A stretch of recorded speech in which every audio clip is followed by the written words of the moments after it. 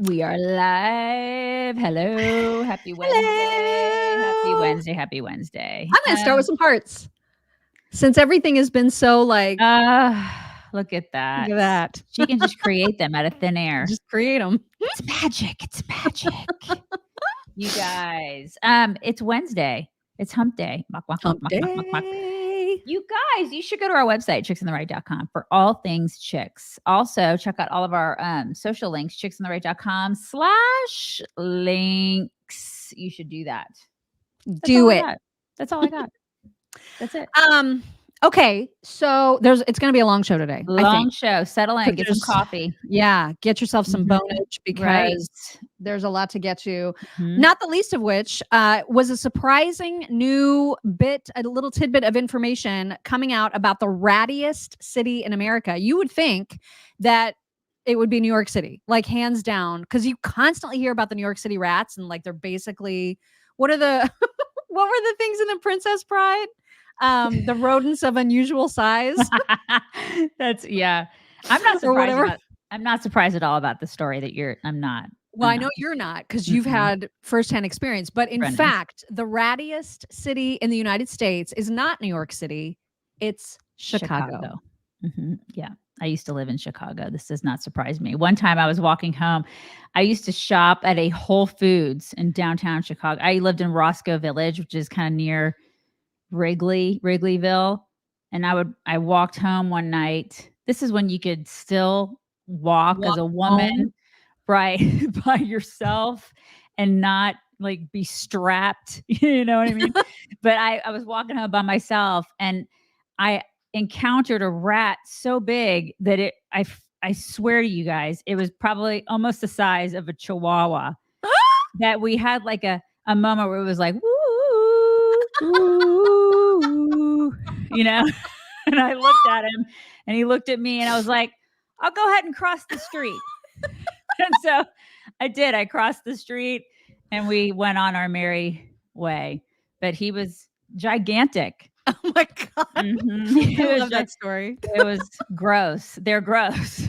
Rats are gross and they're huge in Chicago. Yeah. And there's a lot of them. So I don't know that that's necessarily an award that Chicagoans were hoping to win. I feel like that rat has probably fathered most of the rats that exist now. He's a king rat. That one rat. Yeah. So gross. Anyway, not a very good way to recognize Chicago, but yes, that is how they are being recognized. Yeah. Also, at the top of the Daily Mail today, if you have missed it, the Queen of Jordan. How do you say her name? Is it Rania or Rania or I don't know. Ranaya, like Shania? She's gorgeous, but but I don't like her. No, she can sit down. She did a very lengthy interview with Christiane Amanpour, and in which she blasted the West for its cover of Israel. And how it's ridiculous that we're just turning this blind eye to all of the killing that's happening of Palestinians. And I just can't believe she's saying that out loud without any pushback from Christiane saying, if you care so much, why don't you take some refugees in? Why don't you open yourself up and let the Palestinians come into Jordan? Rania, or whatever your name is. Let the riffraff into the palace. You can't do that. Why would that just makes me mad. How dare she even say anything? You're freaking right there. Yeah. You take them if you're so worried. They don't want to. They don't want to because they're gross. Ew, Mark. Ew. It just makes me mad. Also, we are going to get into the speaker. There was so much that happened in the speaker race yesterday. It was out of control, and we will get to that. But thought we would kick it off with something that's not quite as newsworthy, but still in the news. You guys all, of course, remember how bad of a hit Bud Light took for having anything to do with Dylan Mulvaney, right? I mean, we all know the Bud Light story. Rightly so. They should have taken a hit. Yeah, a big fat hit. So it's come as a bit of a surprise that the UFC and Dana White have decided to enter into a 6-year sponsorship agreement with them. And so Dana was on with Sean Hannity last night, who was mystified at this decision. And so Dana wanted to take a moment to explain the decision. You guys tell us if you think that this is selling out or if you think that he just really has a point. Here he is. You know, they were the first beer company that we really did business with. They're our first real big sponsor when we were getting started. And now we're back with them. And going into this deal, you know, I know all the controversy and everything else, but for myself, going into a long-term deal with another sponsor, I want to be with somebody that I'm actually aligned with. And I know people were upset with what they did, but I'm looking at all the good things that they do. You know, they employ 65,000 Americans. They have thousands of vets that work for them.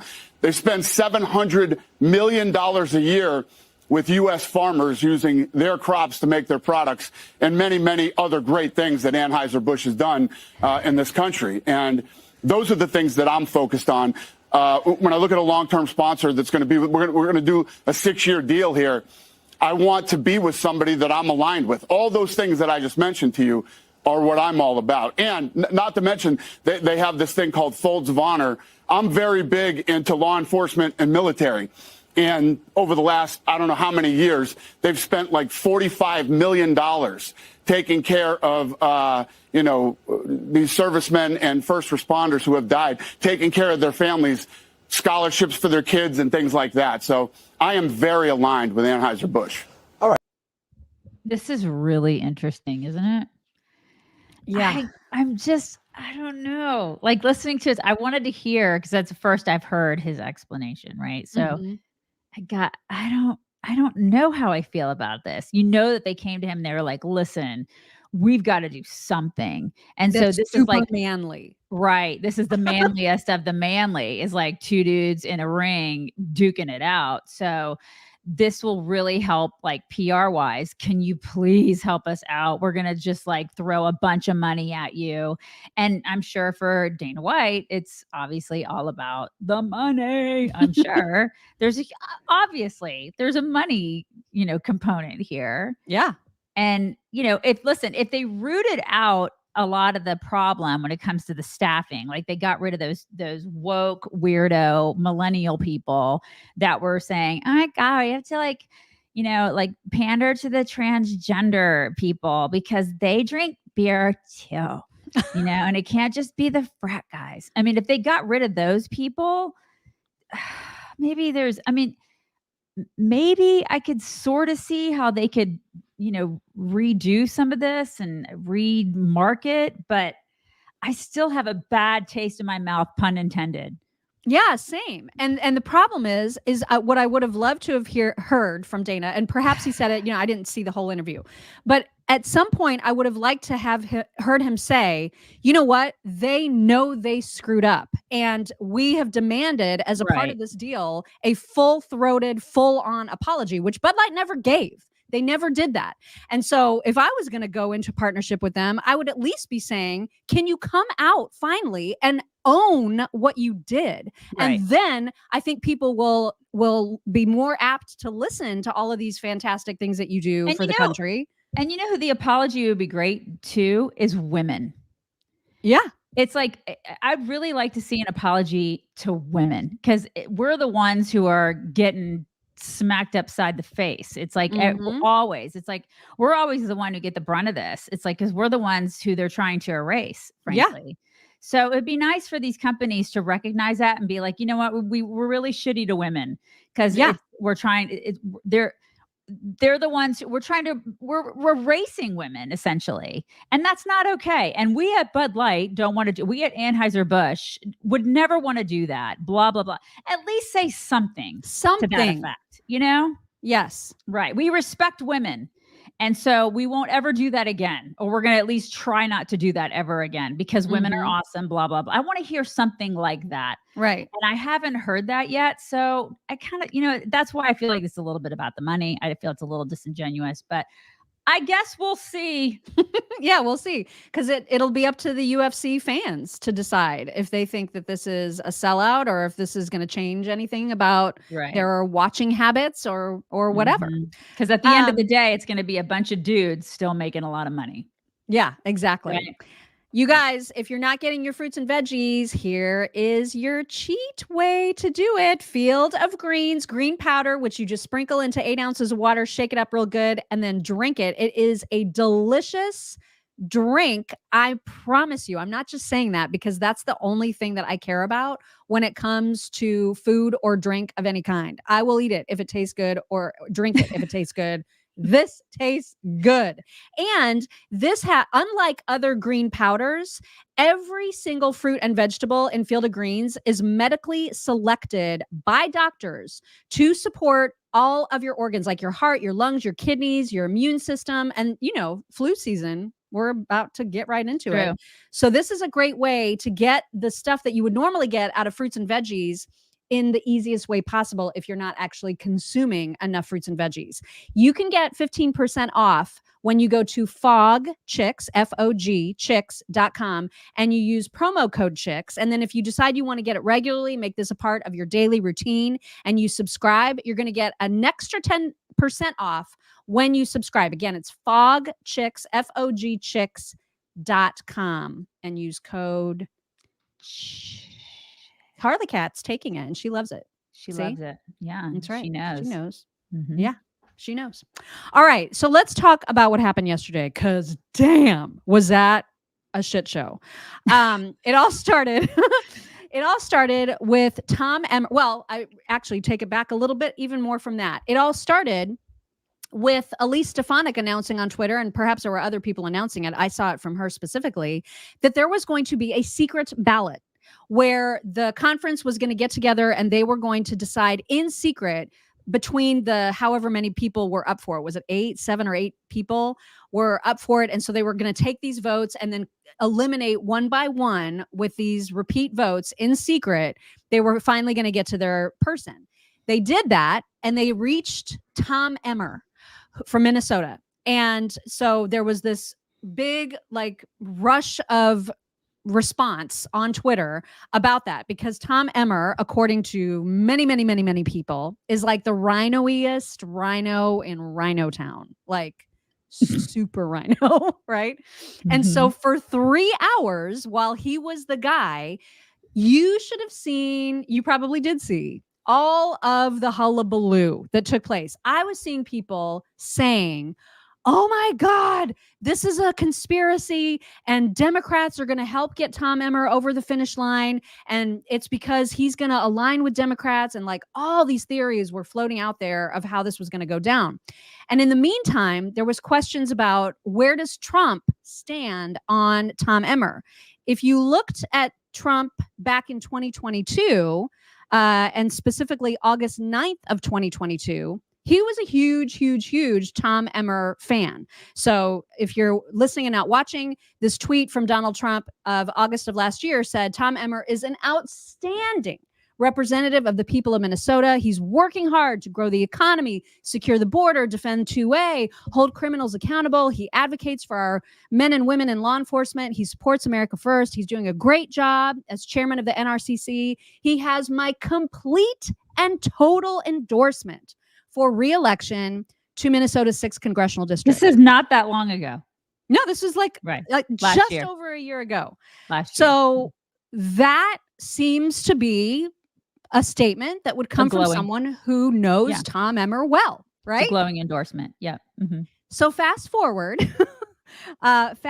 to yesterday, where Donald Trump said, and I quote, I have many wonderful friends wanting to be speaker, and some are truly great warriors. Rhino Tom Emmer, who I do not know well, is not one of them. He never respected the power of a Trump endorsement or the breadth and scope of MAGA. He fought me all the way, actually spent more time defending Ilhan Omar than he did me. He is totally out of touch with Republican voters. I believe he has now learned his lesson, because he's saying that he is pro-Trump all the way, but who can ever be sure? Has he only changed because that's what it takes to win?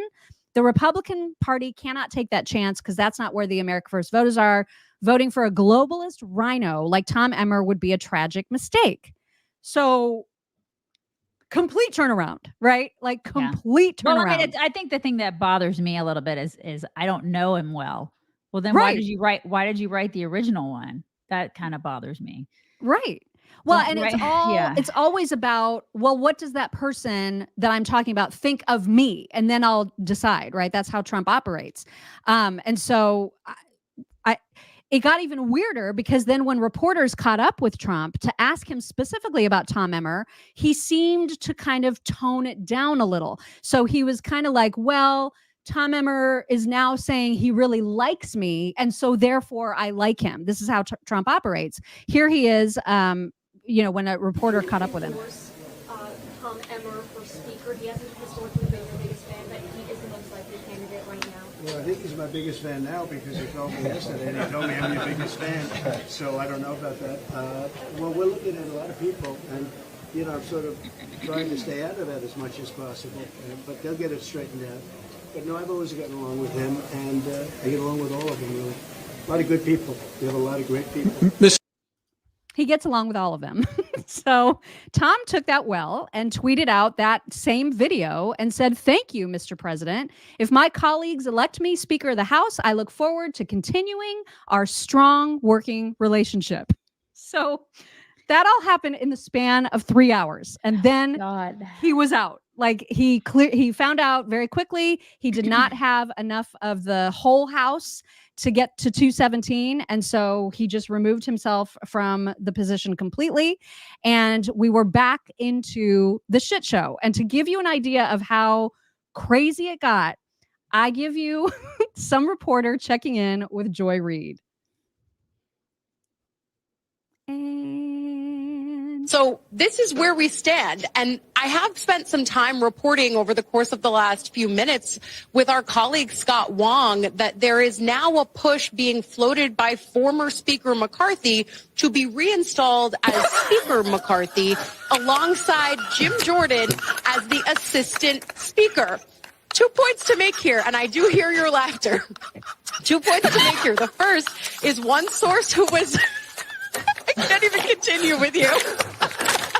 Let me finish. One source who was briefed on this idea told me that it would work like Pelosi and Catherine Clark, Speaker and Assistant Speaker. So there is technically a precedent for this, but there is also very much an office reference here about Dwight being the assistant to the regional manager. And I think that's probably more apt because, as your laughter suggests, this is probably not going to happen, but it's being floated, and we just report the news here, Joy. I mean, people are asking, like, who cares what she thinks? And I don't care what she thinks either. But the bottom line is that people do watch this crap. And then, it is a reflection of what our party is right now. It is kind of a joke right now. It's a joke right now. It's a complete joke. And I also have a question, like, why does Trump's endorsement matter so much? I don't know. Why does it matter? It's like he's not king.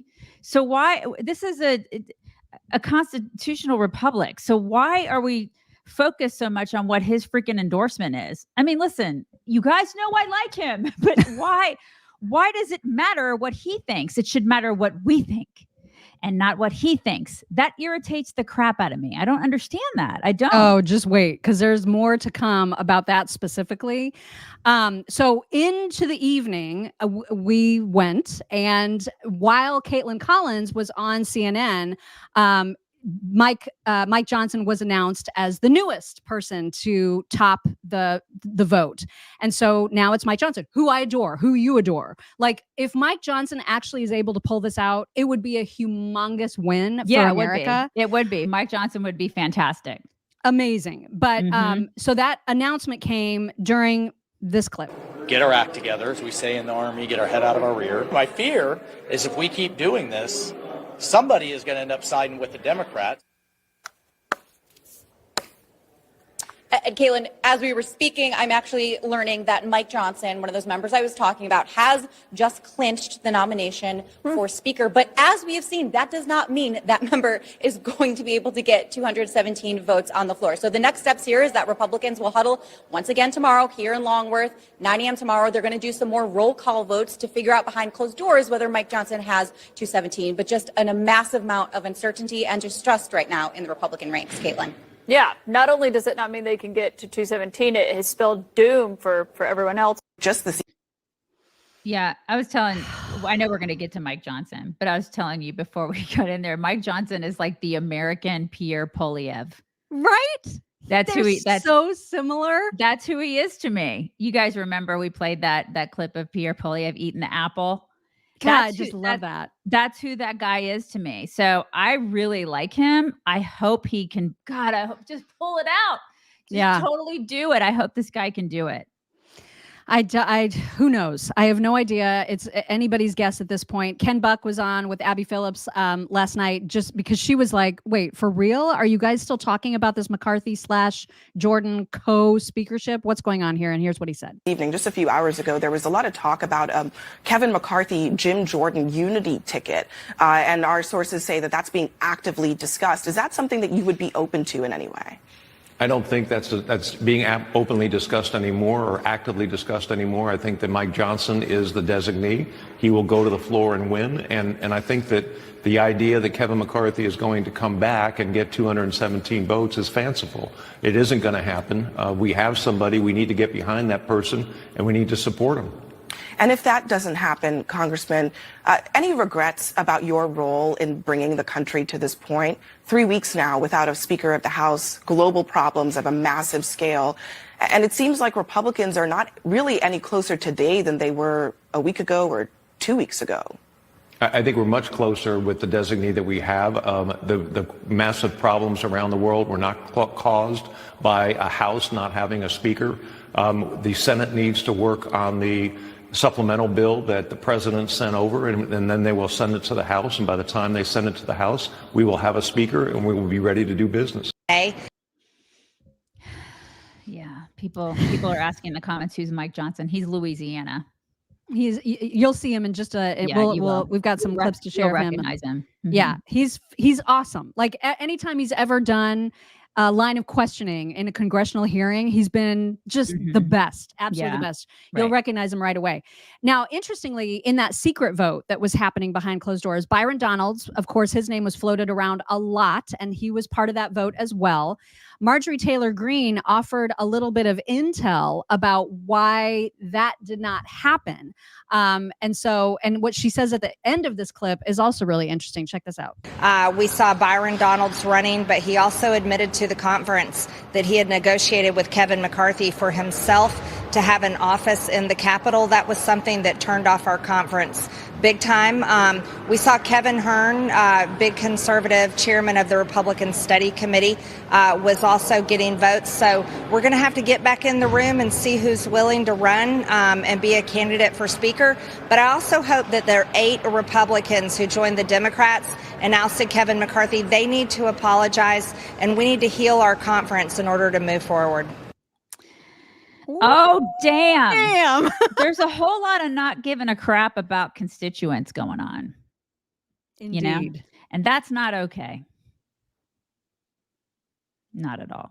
Yeah. And how, I have no idea, like, where the entire, if you look at the whole Republican Party in the House as a whole, I have no idea where they're going to land on Mike Johnson. I just don't have a sense of it at all. So, today is going to be a really, really interesting day. Just to give you a reminder of one of Mike Johnson's best moments, it was when the Democrats were trying to impeach Trump on basically anything, and he let them have it. It's glorious. Watch. Members have called for removal based on a myriad of objections against this president. Representative Al Green of Texas filed a resolution in the House for impeachment after Trump called for players kneeling during the national anthem to be fired. I mean, come on. You don't like his political positions? Great, but you can't impeach a president because you don't like him. That's not how this system works. We're in a constitutional republic. There are rules here. There are standards. You don't get to make that decision. The voters in this country do. And we have an election coming up in about 11 months. Let the people decide. Don't put yourselves in their place. You don't have the right to do it. You're not following the proper procedure. You're not doing this the right way. It's a rarely used constitutional device in our history. It's supposed to be. Professor Turley ended this way, and I will too. He said, quote, "Despite my disagreement with many of President Trump's policies and statements, impeachment was never intended to be used as a midterm corrective option for a divisive or unpopular leader," unquote. Look, we get it. You don't like him.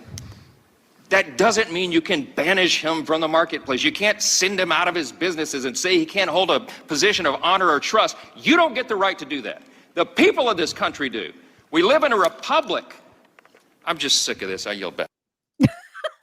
I love him. I know. I absolutely love him. Love. I hope they do the right thing, and I hope he becomes the guy. Because if not, like, we're in shambles, man. Like I don't. It is high school all over again. I'm just so tired of these people. Like, just grow up, like grab a set and do the right thing for the American people. Just do the right thing. So tired of these people. Well, he sounds very confident. Now, I don't have his entire, speech to the press once he became the guy. I do have this little piece of it. We want to thank all the press for waiting. It's been quite a process. Democracy is messy sometimes, but it is our system. This conference that you see, this House Republican majority is united. Really? Really?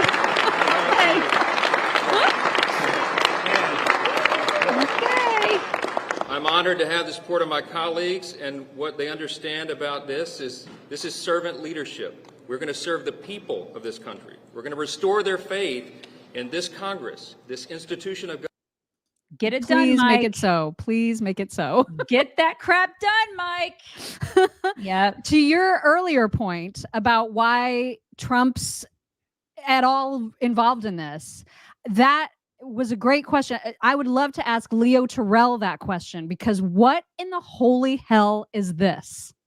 Yeah. Leo Terrell tweeting out about Mike Johnson being nominated, saying, I am all in for Mike Johnson if President Trump gives his approval. It's not, that's weird, you guys. That's weird. It's freaking weird. What is that? I mean, I don't understand this line of thinking. It's very cultish, and I don't like it. I don't like it on the Democrat side. I don't like it on the Republican side. Think for yourself. I gotta see what Trump thinks first. Right. I mean, oh my God. I would, if this is what I teach my kids, like, think for yourself. Like, it's called being a critical thinker, thinking for yourself, being an individual thinker. You don't look at somebody else and be like, well, what does that person think? I'm going to go ahead and think what they think and get their approval. Oh my God. What is that? It's cult thinking. Stop it. That was just so weird to me. I saw that pop up on Twitter and I was like, what in the holy hell is this? This makes no weird. sense. Stop it. Really quickly, I wanted to ask how sweet little Cookies and Cream is doing with all of his wounds. You guys, Coda went out, and we don't know what happened to him. We let him out in the backyard, and then what he'll do is he has a way, since he's gigantic, he's a Great Dane, but he gets through the fence somehow, and he'll go out into the pasture and he has adventures. Okay. And then he'll try to get back through the fence, and he came in all cut up the other day. So he has all these weird little wounds all over his body. I know we're terrible dog parents, but he's like, woo, party. So he has these weird little cuts and bruises, not bruises, but cuts and like wounds on his body. So we use the stuff from Coat Defense, because I used to use like Neosporin. I don't do that anymore. I use this stuff from Coat Defense that it helps with like wounds and like, broken skin and stuff like that. It's brown. It looks a little funky. It looks like clay, like mud. It works. It's miraculous. It works. Like, I put it on one day, the next day, everything. It's unbelievable. Like, the stuff is just magic. Everything that Coat Defense has is magic. They have this other stuff for their little, you call them toe beans. Yeah, they're toe beans, the little balm. Yeah. So when they get all crackly and weird, and then their little noses, when their noses get all dry, you can put it on there. I love that stuff too, because we use that on Astrid. Astrid gets because Astrid doesn't do anything. She just sits on the couch all the time. She's very leisurely. And so we put that on her little toe beans, on her fat toe beans. And we love all the stuff from Coat Defense. We have another, our boy who lives in San Francisco, he has a German Shepherd who has had all the stuff wrong with his ears. He uses the stuff in his ears. He's been on medications. It completely cured all of his ear stuff. And it's a preventative too. Like, it not only will treat active infections, yeast infections, but it'll prevent them too. It's just by sprinkling this on their coat. And the thing I really love about it is that if they lick it, if they eat it, if they ingest it in any way, it's fine. They're not going to hurt themselves. It's totally fine. It's all natural stuff. So we're so happy that we're partnering with them because we love dogs. We love our dogs. Oh my gosh, so much. And it's the best stuff. And you guys have got to try it. Look at all their products. They're amazing. Dogs. Yes. And if you visit coatdefense.com and you use code CHICKS at checkout, you're going to save 15% off of any of their products. So coatdefense.com. Stop wasting your money on Apoquel and all the other stuff that you get prescriptions for. This stuff is the bomb. Coatdefense.com. Yes, dogs. Okay. So we meant to get to this yesterday, ran out of time, but Trump got, I thought, unrightfully, is that the right word? He got a lot of backlash for a little tiny piece of a speech he made. It was like one of his rallies the other day.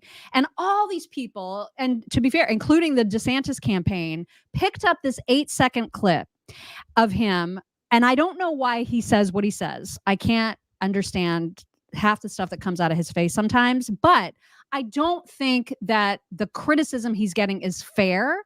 Let me just play it for you and then we can discuss. So we have to be careful. You got to get out there and you got to watch those voters. You don't have to vote. Don't worry about voting. The voting, we got plenty of votes. You got to watch election. Okay. So that's that 8 seconds is what's out there and everybody's losing their minds about it. But I don't know like what came after that or what came before it. So I don't, I can't judge like what's happening there. Although if you pull that clip and he's like, don't worry about voting, that's not good. We have all the vote. Like what? Yeah. Because people have to vote. You have to vote. You have to get out there and do that. And we tell people that in the speech, I know I definitely saw another clip like later in that same speech where he's like getting out the vote. I mean, he could not have been more clear about it. Right. He was like, everybody needs to vote. Everybody needs to get out. Like, so I know that he just can be inartful about how he says things. Yeah. And we also know that people take things out of context. Right.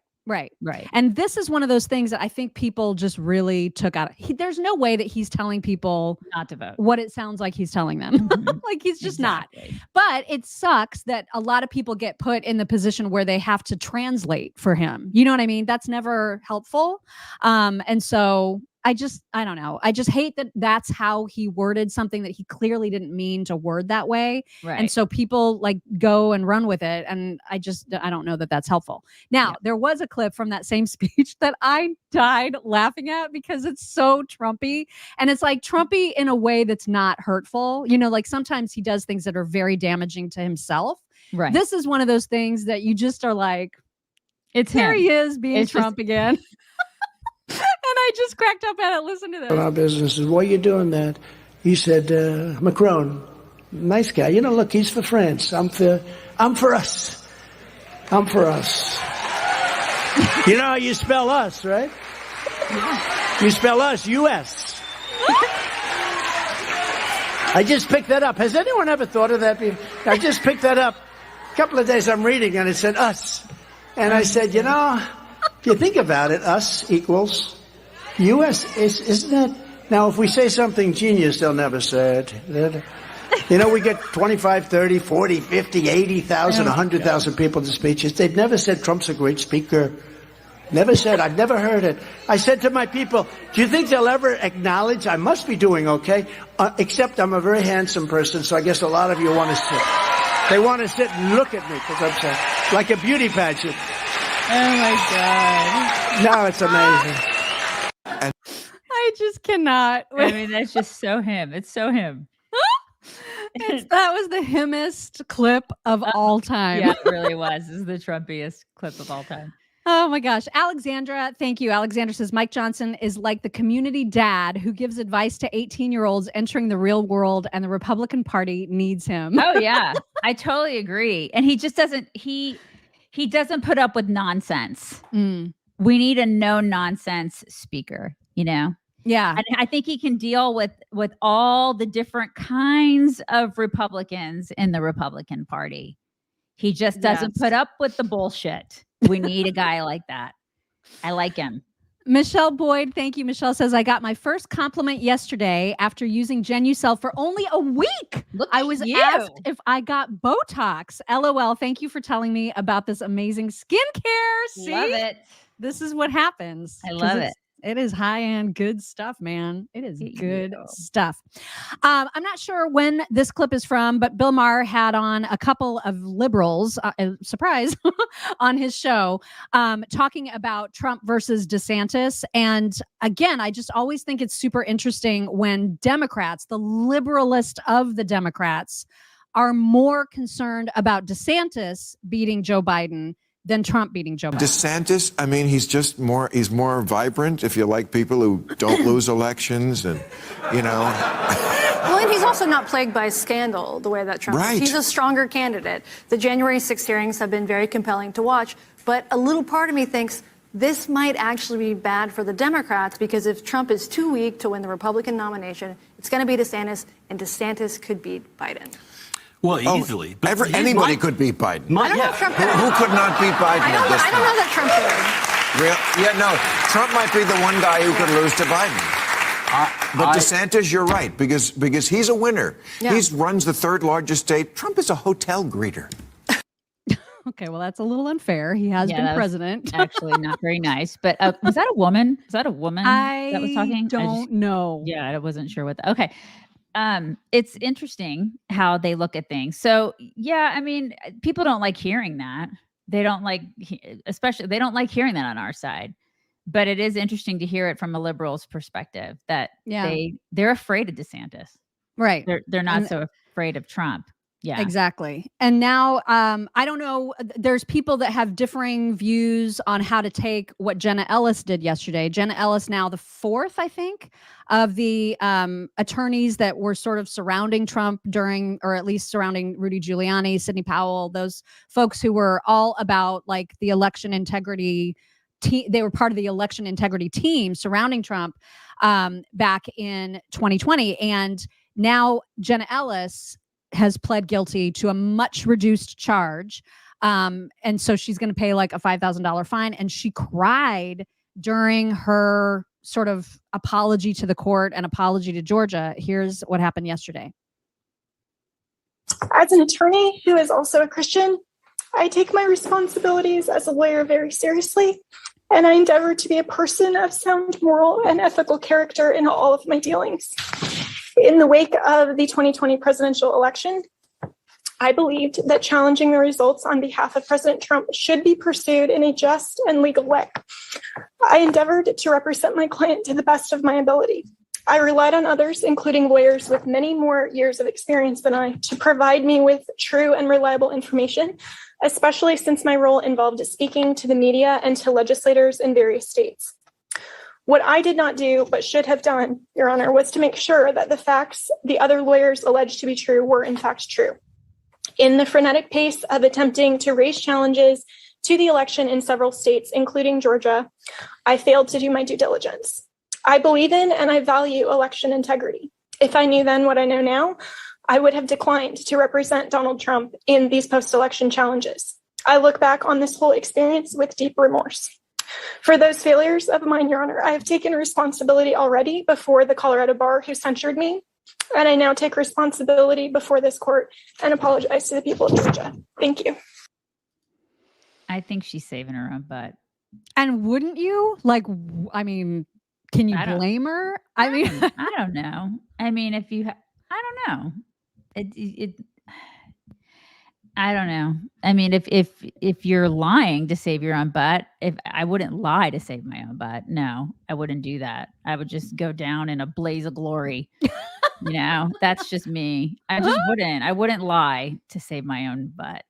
But if I don't know, man, if you're if you're literally facing jail, the loss of your job, the loss of your family, the loss of everything that you know and love, I don't know. I just don't know. I can't say what I would do in that situation, because that's a huge ass risk to take for somebody who has not been particularly kind to anyone that he feels isn't helpful to him. You know what I mean? So I hear you. I just don't know. Now, the problem is that she has accepted $215,000+ in GoFundMe donations from people who were helping her win this legal battle. Right, with their legal fees. And now she's got a $5,000 fine. And so what does she intend to do with that money? You know what I mean? Because I mean, like, if you look at her is it the mugshot? She's all smiley in her mugshot. Yeah, she's super smiley. She was the super smiley one. And then now it's just totally different. So it's just interesting how all this is panning out. But now some people say that this is just more evidence that the case against Trump is really weak, and the fact that they are reducing all these charges and they're getting all these people to agree to the reduced charges simply means that their case isn't good enough, and that's why they're just going with these lower charges. I don't know. But then there's the other camp of people who are like, oh, this is Trump's going down because all these people are now going to testify against him. So I don't know enough about the case legally to have an opinion about that. But those are the different different perspectives that are happening. Mm-hmm. So I guess we're going to find out. We are going to find out for sure. And then in the meantime, DeSantis has found himself an interesting sidekick all of a sudden. Now people are speculating that this could potentially be a running mate possibility. I don't see that happening, but it is interesting that Sununu is spending an awful lot of time with DeSantis lately. Here are the two of them together. Let me give you a quick story. I was in Hawaii the other day. And I'm talking to the Hawaii GOP, and they brought up this exact question. They said, well, you know, President Trump was ripped off, so we got to get behind him again. And I said, okay, I'm an MIT guy, so let me throw some logic.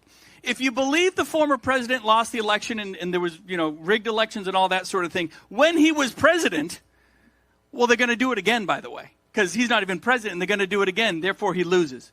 If you think that he lost legitimately, guess what? He's going to lose by even a bigger margin this time. So I come back to, I just want to win. And I want to win with candidates that don't win by 0.5% in these states, that win by 5, 6, 10%. And more importantly, bring the school board candidates over the line with them. Bring the congressional candidates, bring the mayor races, bring the entire ticket over the line unquestionably, so that whatever games they're playing on the margins don't even matter anymore. Do you see that being a ticket? No, I don't. I actually was watching I was watching DeSantis the whole time. I think he's uncomfortable with all that. Really? Yeah. I just watched his body language the whole time. I don't think I wasn't watching him at all, so I didn't think see he's that. Particularly fond of him. Really? I don't know. Maybe it's just me. I just watched his body language the entire time, and you can tell he's just kind of like, yeah. I mean, I don't think that they're friends. Let's put it that way. I don't think that they're having like dinners together and hanging out, and their families are like, you know, friendly with one another. So it's purely political there. That's at least that's the vibe I got. I don't think that is a like, hey, yeah, lots of people are agreeing. Yeah, he was very fidgety, wasn't he, Becky? Yeah. A little fidgety. I always look at that stuff. You can just sort of tell by people's body language, and he wasn't real comfortable with him up there.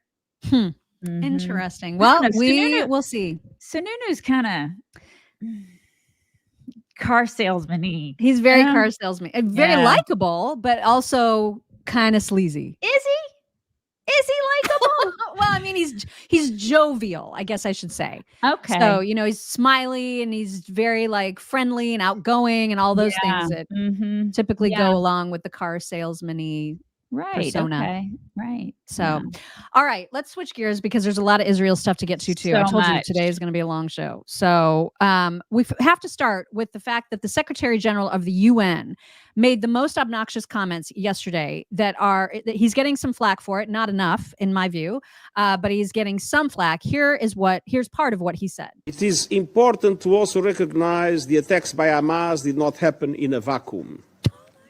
The Palestinian people have been subjected to 56 years of suffocating occupation. They have seen their land steadily devoured by settlements and plagued by violence, their economy stifled, their people displaced, and their homes demolished. Their hopes for a political solution to their plight have been vanishing. Why? But the grievances of the Palestinian people cannot justify the appalling attacks by Hamas, and those appalling attacks cannot justify the collective punishment of the Palestinian people. This guy seems like a real dick. Doesn't he? He does. I just am so sick of the UN and their pointless existence. And they called for him to step down, right? Yeah, some people. Not enough. Yeah. Not enough. Yeah, they were like, you got to go. Yeah, you don't get to say that. And we'll hear from Netanyahu's spokesperson addressing that very statement that he just made in just a second, as soon as I say, hi, Leah, and thank you. Hi, Leah Leah says, still here. By the way, why is nobody screaming about the recent insurrection in the Capitol? Why aren't we demanding they be arrested? Yeah. Yeah. Well, I mean, some of us are. Some of us are like, hey, why isn't anybody getting arrested? But then they ignore us. Right. You know, it's not really an insurrection if you have ours. They're like, they're conservatives. They're there. Okay, so here's Netanyahu's spokesperson responding directly to that ridiculous statement by the Secretary General. True. There is a very clear anti-Israel bias at the United Nations. This is nothing new, this crazy double standard. What the UN Secretary General said, that this Hamas attack, the massacre of October 7th didn't come in a vacuum. Oh, that is mind-boggling. Can you imagine the UN Secretary General saying such a terrible sentence after the 9/11 attack? Right. That the 9/11 attack didn't come in a vacuum? That the Pearl Harbor attack didn't come in a vacuum?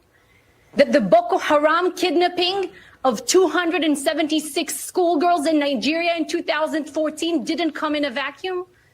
This is insane. This is insanity. The civilized world must stand with Israel in its war against terrorism.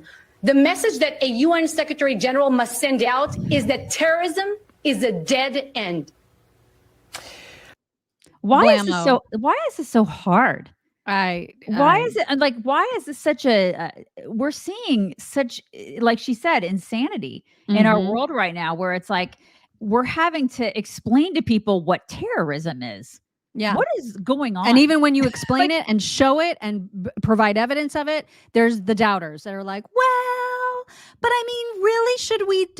Shouldn't they just accept it and call a ceasefire? I mean, what? I am just astounded by what I'm seeing in the world today, and we see it in some of our comments. Yeah, and I'm like, who are these people? What is wrong with you? It's terrorism is terrorism is terrorism. And it's got to be rooted out. And the same spokesperson is explaining, next steps sort of in this war and what's still happening.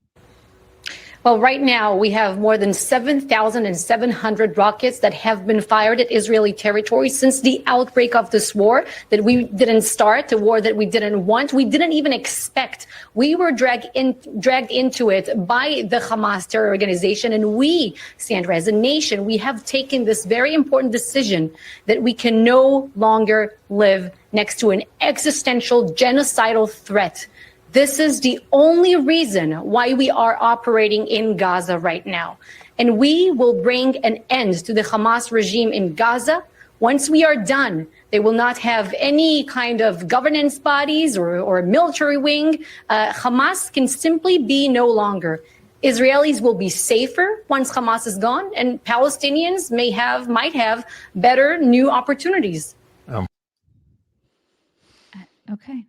And Trace Gallagher, too, also talking about the fact that it's not just Israel that's being constantly bombarded with rockets still today, by all the same people who are probably like, ceasefire. You know what I mean? Like, they're saying Israel doesn't have the right to defend itself. Ceasefire. Meanwhile, we're going to keep shooting rockets at you. Well, the rockets are also being targeted at U.S. bases across the Middle East. And so it's not just Israel that's being dragged into this war.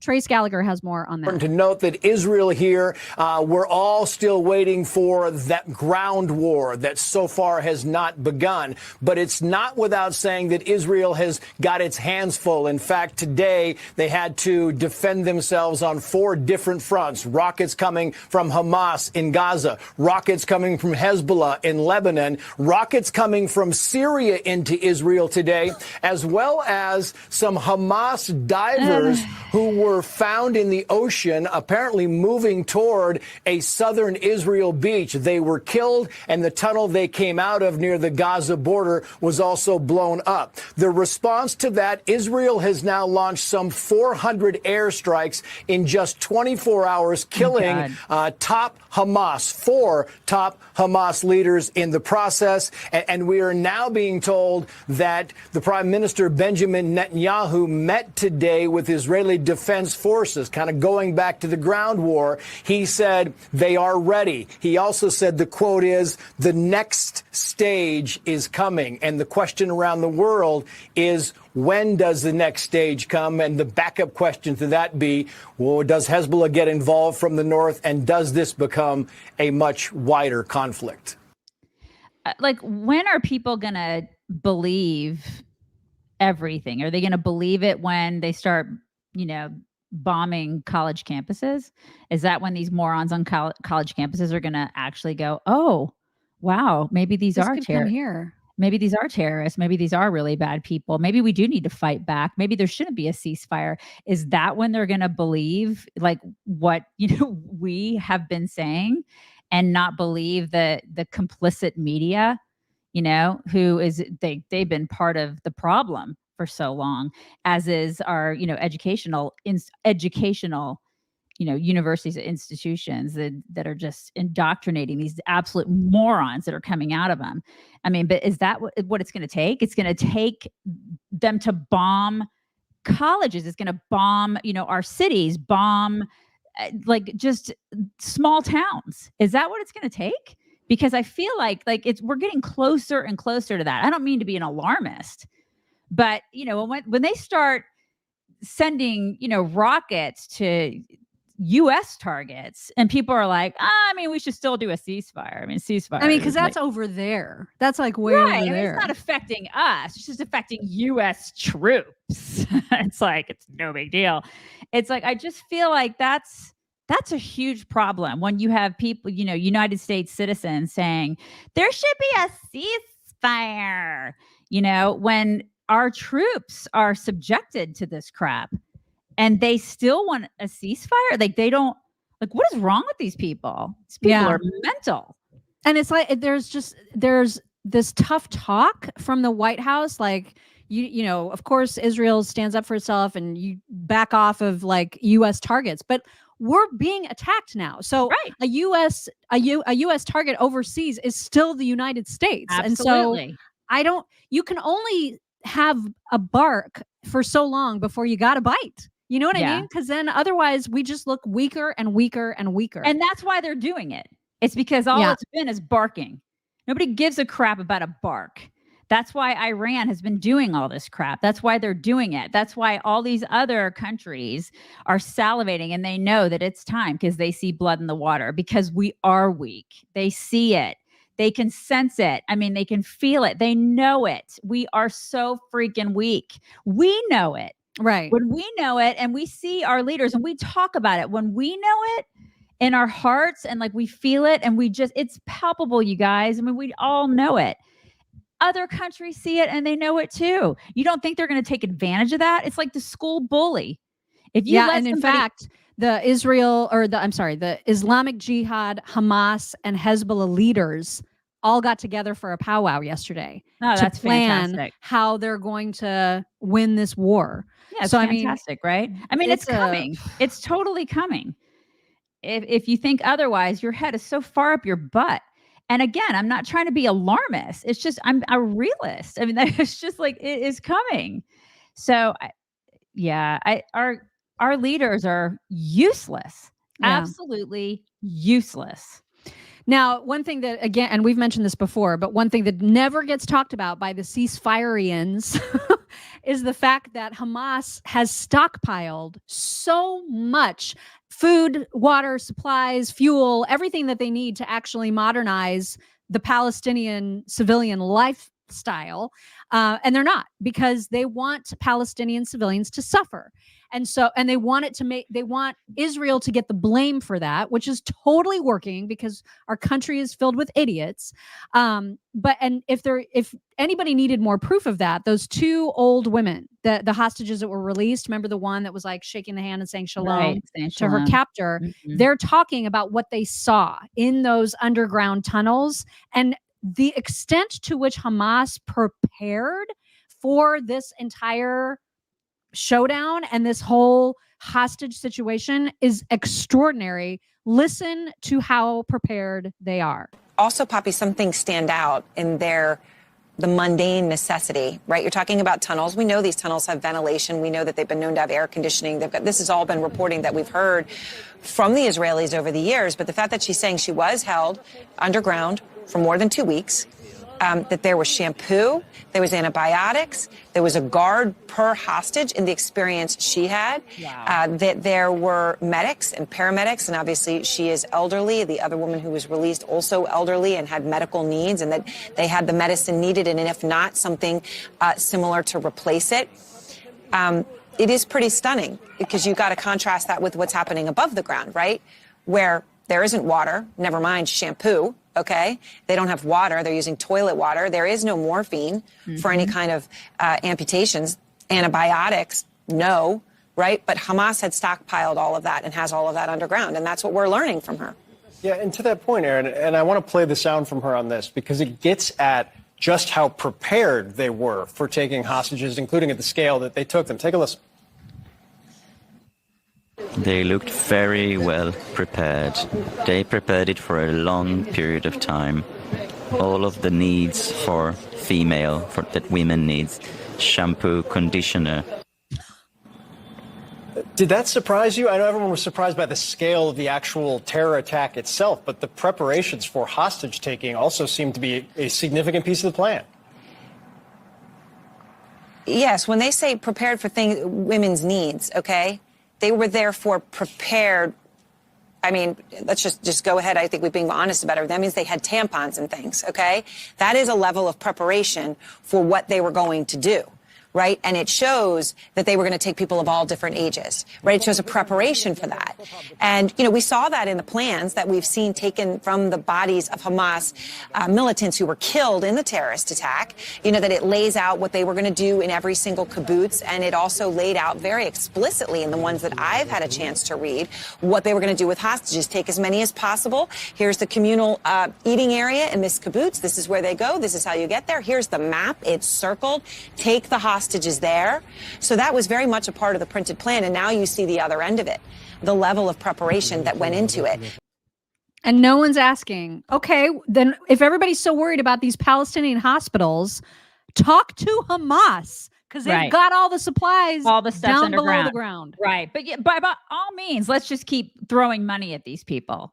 My God. Because the money doesn't go to the people above ground. The money's going to all the underground terrorist activities. That's where the money's going.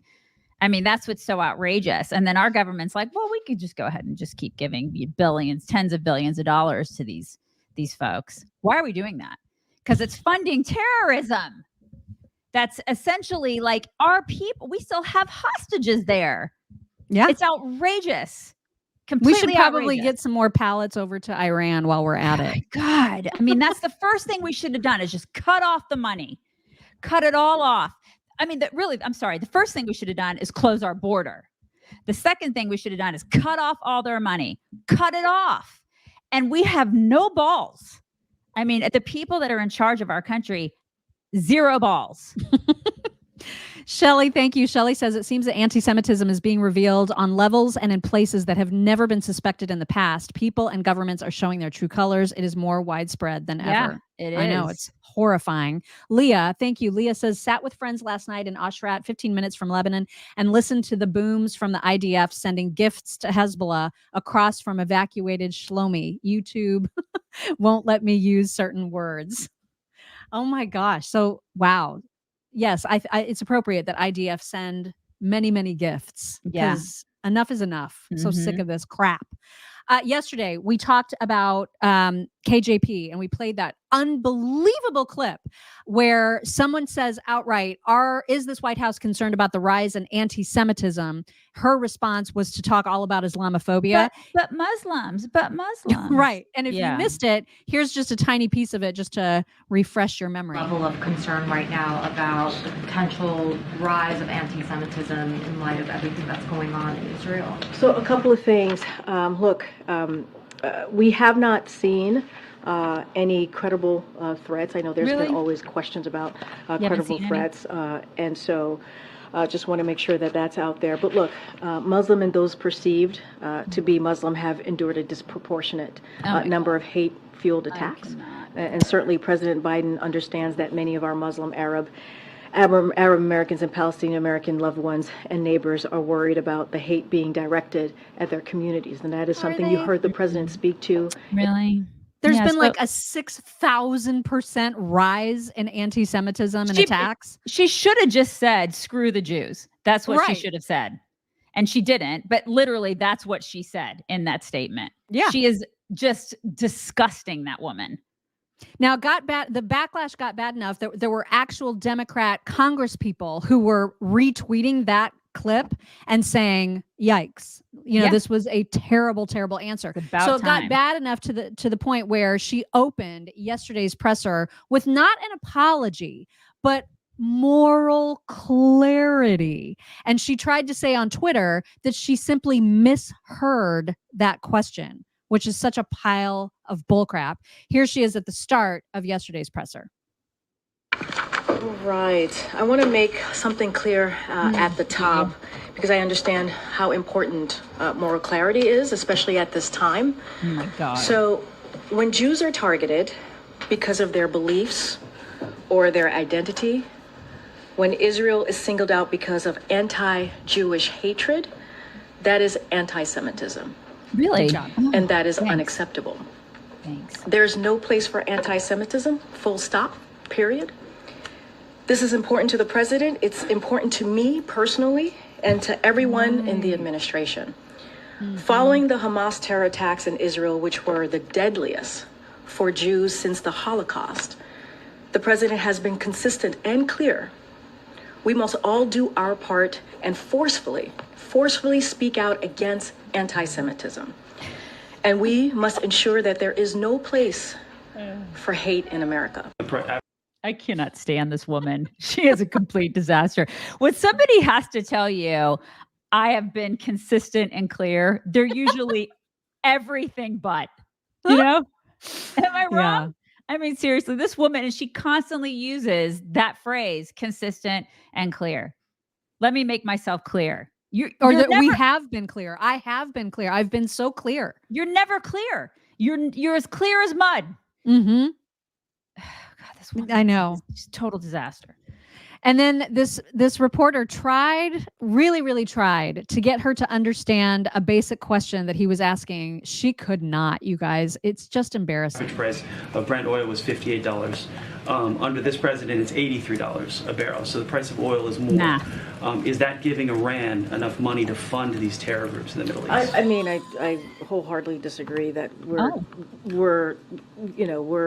our actions are giving. Is that what you're saying? Can you say that again? The current energy policies in the U.S. From our energy policies. It's seeing the price of oil go up because when you restrict supply here in the United States, it's forcing to get the global supply from somewhere else. OPEC is cutting prices of oil, so the price of oil goes up. Yeah, and we're not part of OPEC, as you know. Right. But so they're going to make their decisions on whatever they decide. We are not a member of OPEC. But the administration has decided to regulate the oil industry here in the U.S. and restrict investment, future investment in the oil supply in the U.S. And so as the price of oil goes up, is that giving Iran enough money to fund these terror groups? It seems to be a big jump. And so certainly I'm not going to speak into that type of hypothetical. It sounds like a hypothetical that you're asking me. So certainly I'm not going to weigh into this. I'm just not going to weigh into a hypothetical here. Go ahead. Yeah, it wasn't a hypothetical. Let me be clear. I was told there would be no math in this job. Let me be clear. And that's really hard. I can't speak to that. That's a big ass jump, lady. It's a big jump. And they're benefiting. And they're terrorists. And they're benefiting. Yeah, we should definitely count on the Middle East for our oil. For sure, we should do that. And it's instead of our own. Right. Drilling here is really dumb, isn't it? Really dumb. God, it's like, I don't like to frack. Fracking is bad. It's so bad, fracking. It's so bad for the environment. The weather's going to kill us, you guys. Climate. Well, Bill Gates is one of those climate wackos, and Joe Rogan had a great clip about pointing out Bill Gates's obsession with buying up all the farmland in our country, and yet at the same time not wanting to actually farm. Here he is. This is now the largest owner of farmland in the United States. But the thing is, like, he keeps saying that we've got to eat less meat and, we've got to cut our consumption of meat out to be healthy and that we're going to get used to these meat alternatives. When a guy like that says that, I'm like, are you making money because of this? Like, why are you saying that? And by the way, you look like shit. A guy like that telling people about he's got these breasts and this gut, and I'm like, this is crazy. You're one of the richest guys on earth. You have access to the best nutrients. You're giving out health advice and you're sick. Like, what the fuck are you talking? He's not wrong. I love that clip. He's not. I love that clip too. He's not wrong at all. Yeah, it is kind of weird. I'm gonna keep eating my meat. And I'm going to not listen to what Bill Gates has to say. Yeah. And I'm not eating that fake meat that he's trying to make. All that fake meat that you guys see, all that stuff that he's trying to make. I think there's a cow outside. What? Is there a cow? Is there a cow? Oh, there is. That's Linus. You guys, speaking of me, there he is. Speaking of me, there's Linus. I don't. You're not going to eat him. No, I don't eat our cows. I eat other people's cows. Linus came to see everybody this morning. That's so does crazy. Does he ever knock against the windows or anything? Does he ever try to? There's a fence outside. Like, we have like a little front yard because they used to come up to the windows and then they would crap all over our front porch. And so we had to put a fence in the front because I would always have to power wash my front porch. And I was like, can you guys stop crapping? Because they love the front porch. They would always lick the windows. And oh my so gosh. we had to put in a little front yard. But yes, there's a fence out there. Okay, but they come up to he the can't fence all the time. actually. Okay. No, he can't come up to the window anymore. But the fence is pretty close then. Yeah, it's pretty close. He's like right there. But he does like to, usually he comes up after the show. It's a Brahmin, Leanne. He's a Brahmin. We have 2 Brahmins, and we're going to have a third one. We're getting a third one named Reba in the next 3 weeks. She just gave birth. She's 17 years old, and she's going to retire from breeding on our property. Instead of going to slaughter, we're going to adopt her, and she'll live the rest of her days on our property getting spoiled by me. Yes. And wait, and how long do they live? They could live to be like 25 to 28 years old if you spoil them properly, which I will do. So somebody's asking if you can get Linus to flap. If you're an insider or local supporter, you got to see some flappage from the cows. Some Linus flapping. Flaps. I feel like, Cash came through him that day and did a little flapping. Yeah. But anyway. All right. It is time for your whackity whack. You guys are going to have to explain what this is to me. I don't know what it is. You're going to have to bring this up. Usually I'm pretty good at this sort of unpacking and untangling. I'm at a loss. I can't believe you don't know if this is a man or a woman. I don't know. No idea. And this person has very strange ideas. Here they are. Biggest fears of straight men, I think, in 2023 is queer women, because they're realizing that so many women are queer, so many women are bi, so many women are gay, so many women are just pansexual, and women are realizing that they can be with women because there's more representation now. So they're like, oh my god, I see that, and I see that in myself, and I love women, and you can have great sex with women too. And men are fucking scared shitless. They don't know what to do with themselves. They don't know what to do, and that is. So that's the biggest fear of men, right, men? Is that men weigh in on that, please? Men, yes, that's your biggest fear. Your biggest fear is queer women. Is that right now? And everything that's going on in the world, that's a man's biggest fear is queer women. Right. Is that right? Because that was a woman, right? Is that a woman? I don't know. I've become really bad at being able to tell. You used to be really good at that. You used to be really it used good. To be easier, and now there's drugs and changes. That was a female, right? That was a female, wasn't it? I think it was. Yeah. Maybe that was a queer girl saying, "You're afraid of you're afraid of lesbians." Because, you're afraid. So men, the biggest fear that men have right now, it's not having to nuclear be drafted into World War III or anything like that. It's queer women. It's lesbians, right? These people, all these people that are so focused on gender everything and they are in for a rude awakening, don't you think? At some point, I would like the awakening to happen. Right. I'm getting so tired of waiting. It's gonna happen. It's crazy. My God, it's just exhausting. I know. Time for some My Pillow Toks. Please make sure that if you are gift giving this season, that you definitely take a look at all the sales and specials happening at mypillow.com/chicks. Because if you want to get slippers or moccasins, or maybe you want to prepare for next summer already and stock up on some of the sale items like their flip flops and other things that are beach related, all of those things can be had with huge discounts when you use code CHICKS at mypillow.com/chicks. I see some good ones. I'll start out with like kind of a depressing one. There was a teacher who went viral not long ago talking about just the absolute state of young students now and how behind they are post-COVID. And so you'll see a little piece of that initially viral video stitched with another teacher weighing in. Now, the second teacher weighing in also has less than stellar grammar, which is a concern, but he's pointing out facts, and this is really scary when you think about this country's future. I'm gonna just say this. I teach 7th grade. They are still performing on the 4th grade level. 7th grade English teacher here. I teach in Northern Houston, and I teach at one of the more affluent schools. When I tell you that these babies cannot read, they cannot write, and they cannot comprehend, I'm not being funny. I'm being dead serious. It doesn't exist. I have kids constantly asking me, how do I spell window? How do I spell important? 7th grade. Yep. How do I spell though? And they be serious. They're dead serious. They be serious. I could ask them, who is the main character of your story? The story of 4-paragraph story we just read. Can't tell you. They don't know. Oh my God. They don't know. It took us 4 weeks to get through how to answer a question in a complete sentence. I'm gonna just. Yep. When I taught at the college level, I had college kids who couldn't write in complete sentences. Oh my God. And that was what I taught for 7 years back in the day. And I couldn't believe it. That was I stopped teaching in 2012? Yeah, I stopped teaching in 2012. And that was a long time ago. And I could not believe the amount of 20 somethings that could not write. I mean, they couldn't spell either. And they got into college, you guys.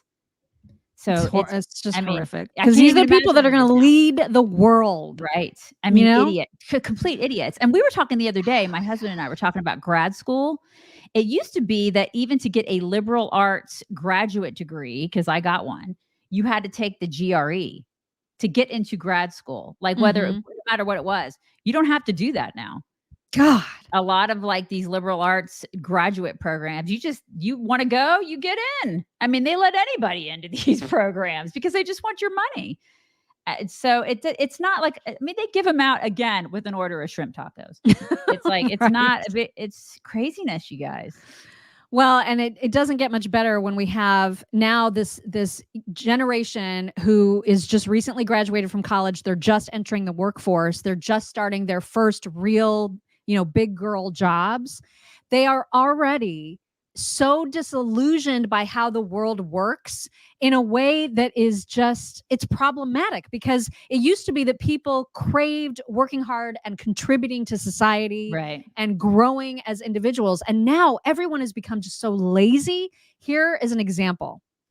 I know I'm probably just being so dramatic and annoying, but this is my first job, my first 9-to-5 job after college, and I'm in person, and I'm commuting in the city, and it takes me fucking forever to get there. There's no way I'm gonna be able to afford living in the city right now, so that's off the table. Fucking duh! If I was able to walk to work, and it'd be fine, but I'm not. So it literally takes me, I leave here at I get on the train at 7:30, and I don't get home till 6:15 earliest, and then I don't have time to do anything. I want to shower, eat my dinner, and go to sleep. I don't have time or energy to cook my dinner either. I don't have energy to work out. That's out the window. I'm so upset. Oh my God. Nothing to do with my job at all, but just the 9-to-5 schedule in general is crazy. Being in the office 9 to 5, if it was remote, you get off at 5 and you're home and everything's fine. But I'm not home. It takes me long to get home, and like people that drive to the office, like you don't get off at 5. And I know it could be worse. I know I could be working longer, but like I literally get off, it's pitch black. Like I don't have energy. How do you have friends? Like how do you have time to like meet like a guy? I don't know. Like how do you have time for like dating? Like I don't have time for anything, and I'm like so stressed out. And I'm also getting my period. So that's why I'm all emotional. But like, am I so dramatic? It's fine. Yes. You are so dramatic. How does she have friends, like in general? Because I would punch her in the face. Oh my God.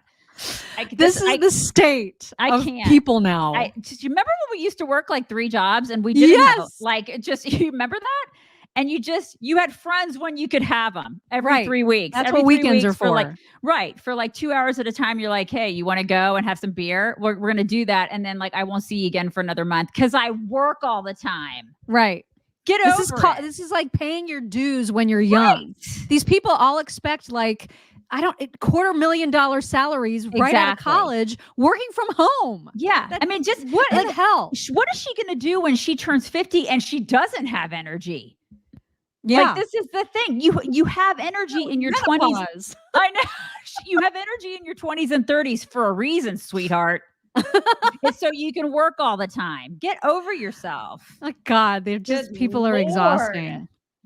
All right, now to the good stuff because we need it after that. Like for example, did you know that horses make snow angels? Oh my God. Oh my gosh. Can you even? I'm gonna. No, he's not gonna. Oh my gosh.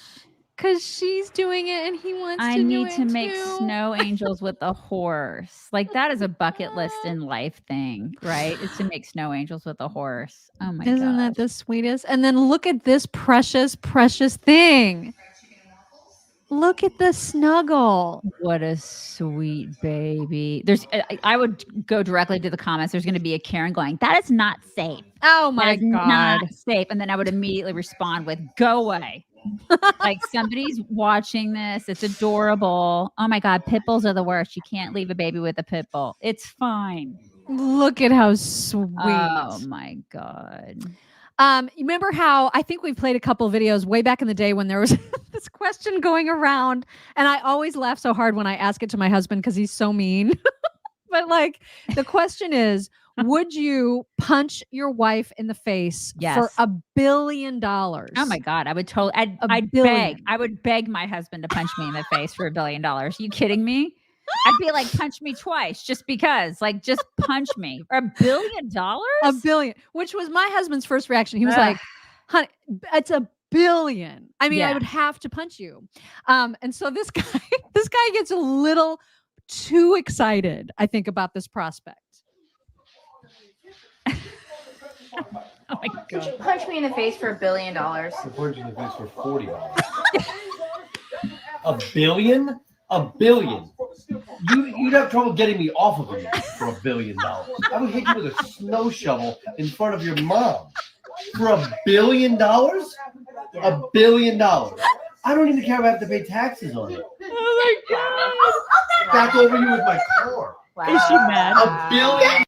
$1 billion. Right. It's $1 billion. I mean, it's $1 billion. Oh my gosh. I mean, I'd make him punch me for at least for $10,000. Because you could fix your face with $1 billion. You don't even have to fix my face. I could take a punch for $10,000. Are you serious? I mean, I was punched in the face in the 1st grade and like knocked clean off the monkey bars by some kid who was playing Batman. I fell off the monkey bars. I mean, I spent some time in the nurse's office. It's fine. Just punch me in the face for $10,000. It's fine.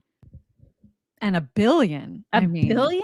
$1 billion. $1 billion. I could look like Cindy Crawford with $1 billion. Oh my God. Speaking of precious babies, I mean. Oh my gosh. Are you kidding me? Oh my gosh. Look at that. That is just the sweetest thing. I can't. I kind of want to be the baby. It looks like a pretty nice little perch. Yeah, it does. And you get the vibrations going. It's got to feel really nice to cuddle with a guitar. I mean, you have to be that size, obviously. You can't be like full person size. Steve said that I'm not the one getting the $1 billion. Oh yeah, I am. I'm the one. I handle the finances in my house. Believe me, I'm getting the $1 billion. Oh my gosh. In Colorado, apparently there's a neighborhood where elk really like to hang out. And I showed this to my husband and I was like, wouldn't this be so amazing and be so awesome, be so glorious? And he was like, no, they're elk. They're mean. They're not like deer, which I don't believe him. I feel like this, I still think this would be awesome, but this is a lot. Like, this is a lot. Oh my gosh. Of elk. A lot. That's a lot. Where is this again? In Colorado. Colorado. Okay. I mean, when your entire yard is covered with elk, that's a lot. I kind of love it. I do too. I could totally get on board with that. That's really I thought neat. it was really cool. I wonder what you feed them. I would feed them. Does all anybody things, know what obviously. you feed the elk? Oh, somebody's Facebook user says that elk are awful. Yeah, I mean that's what my husband said, is that they're really mean, and I scary. don't want to believe him. I want to unknow that about elk. But people say that about Brahman cattle too, like that they have a bad side and that they're belligerent. And I've never experienced that. I've only experienced sweet, gentle, loving Brahman. See? So I feel like it's, I'm going to go with the elk just haven't met us yet. Right. And if they did, they would be like, they're cool. Apples and carrots. I'm going to be nice to people now. If you give them apples and carrots, maybe they'll be nice. Yeah. Right. So anyway, interesting neighborhood. There is a dog. I'm so worried about this because, we're moving to a house that has stairs and my dogs are old and Ella definitely is not able to do stairs. So it's going to be a challenge. There's a dog trying to learn how to do stairs in this video and he just keeps doing the same thing over and over and it's so precious. Watch. Come on, King. Oh my God. Come on, King. He doesn't know what to do. He doesn't understand. So she sends reinforcements to teach him. Come on. God bless him. Oh my gosh. Come on, King. Come on, King. He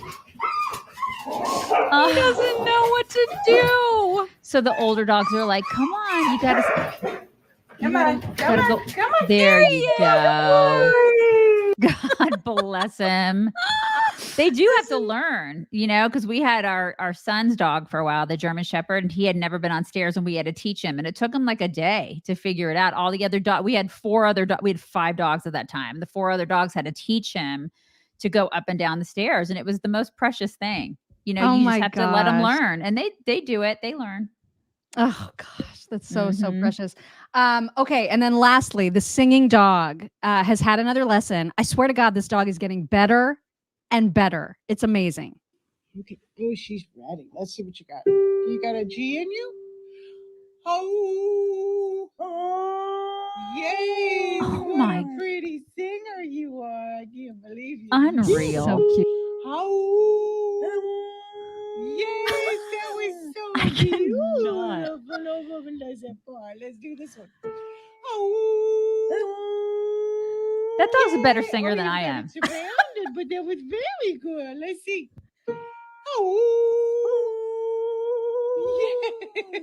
What in the world? I can't believe it. Fantastic. I mean, That that's dog's incredible. amazing. Absolutely amazing. Incredible. Anyway, those are your talks for today. Those are really, really great talks. Really great talks. I should go get the Leisure Girl. I'll be right back. Yes, because we need a hole to be dug to China. Is the cow still there? I think I still see the cow. Like, I wonder if Astrid will say hi to the cow. Are you going to say hello to everybody? Are you coming Does in? Astrid ever go to the window to look at the cows? She doesn't care about the doesn't cows. care? Yeah, she'll go when she goes outside. She goes nose to nose with Gunner. She has a love affair with Gunner. Linus, she's not so interested in. I don't know why. And then Coda, come on, buddy, are you coming in? Astrid, come on, get your lazy butt off the couch. Let's go. It's go time. You have a job. Let's go. And but Coda, he has like a thing with Linus where she puts his butt up in the air and he wants to play and stuff like that. But oh my God, look. There it is. She's such a good girl. Yeah, I have a hole in my sweater. Ignore. We're very professional here, you guys. Very professional. Yeah, but the cows really like the dogs. It's kind of interesting how they're very, very my arm, it's a tattoo. I have a tattoo. It's a cross. Somebody asked what's on my arm. Oh, it's not dirt, it's a tattoo. But somebody what was I gonna say? The cows really, really, really like the dogs. I don't know why. They're just very enthralled, very entranced. They're probably like, how do you guys get inside? Right. How do we get in on that action? Yeah, we didn't think that the cows would like them. The only time they don't like them is like when Coda gets behind the cows and like he'll want to smell their butts and he thinks that they're other dogs and they'll give little kicks and stuff like that to the dogs. But otherwise maybe that's how he got all scratched up. No, I think he's fence jumping and he's just getting scratched up by fences. He's just a lunatic. I think he's about ready to come in here. So we probably need to sign off before he does. You guys just watch we'll hope for a new speaker. Hope Mike Johnson pulls it out. I think it's at noon today is the vote. We'll see. Look at that extra flap. You guys, she did it just for you guys. It's a Wednesday flap. You guys have a fantastic Wednesday. We will talk to you tomorrow. Bye. Bye, everybody.